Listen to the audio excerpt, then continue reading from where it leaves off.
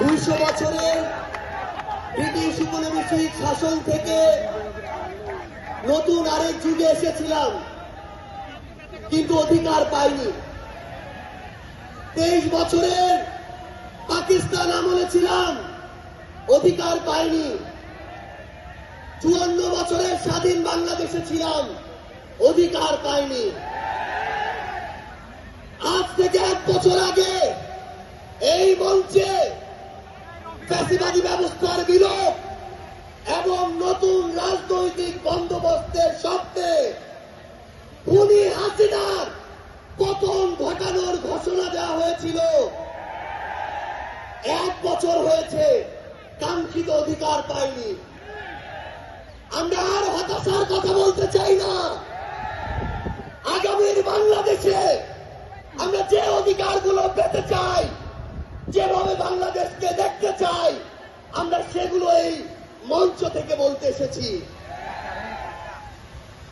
1 বছর আগে এই মঞ্চে ছাত্র জনতার প্রতিনিধি হিসেবে যারা ছিল, তাদের মধ্যে অনেকে আজ এখানে শহীদ পরিবারের সদস্য হিসেবে আছে, অনেকেই এখানে আহত যোদ্ধা হিসেবে আছে। আমরা এই মঞ্চে আজ আমার শহীদ ভাইদের হত্যার বিচার চাইতে এসেছি, আহত যোদ্ধাদের রক্ত ঝরার বিচার চাইতে এসেছি। যে আওয়ামী লীগ, যুবলীগ, ছাত্রলীগের সন্ত্রাসীরা আমার সহযোদ্ধাদের রক্ত ঝরিয়েছে, সেই সন্ত্রাসীদের বিচার চাইতে এসেছি। আমরা এই অন্তর্বর্তীকালীন সরকারের কাছে মৌলিক সংস্কারের নিশ্চয়তা চাইতে এসেছি।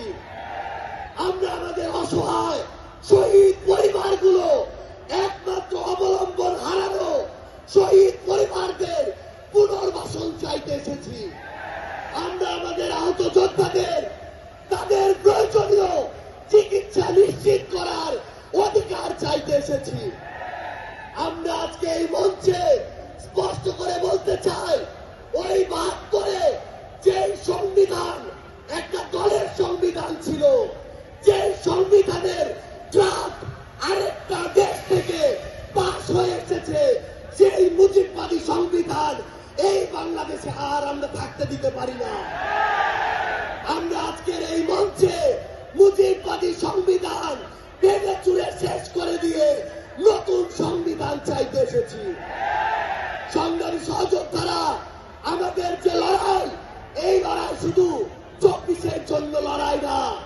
ওই 2009 সালে বিডিআর পরিকল্পিত হত্যাকাণ্ডে যাদের হত্যা করা হয়েছে, তার পিছনের প্রত্যেক কুশলীদের সর্বোচ্চ শাস্তি চাওয়ার জন্য আজকে আমরা এই মঞ্চে এসে হাজির হয়েছি। ওই শাপলা চত্বরে 13 সালে যাদেরকে নির্মম ভাবে হত্যা করা হয়েছে, তাদের পিছনে যারা কাজ করেছিল, সে সকল খুনিদের বিচার চাইতে আজকে আমরা এই মঞ্চে এসে দাঁড়িয়েছি।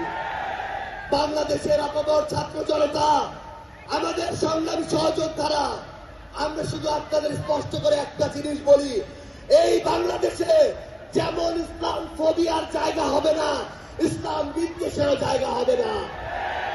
এই বাংলাদেশে আমরা যেমন কোন জঙ্গিকে দাঁড়াতে দিব না, তেমনি কোন জঙ্গি নাটকও করতে দিব না।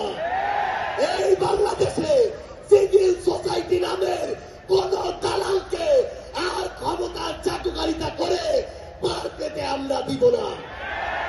ইনশাআল্লাহ আপনাদের সাথে আমাদের দেখা হবে সংগ্রামের রাজপথে অথবা বিজয়ে। ইনকিলাব জিন্দাবাদ, এনসিপি জিন্দাবাদ।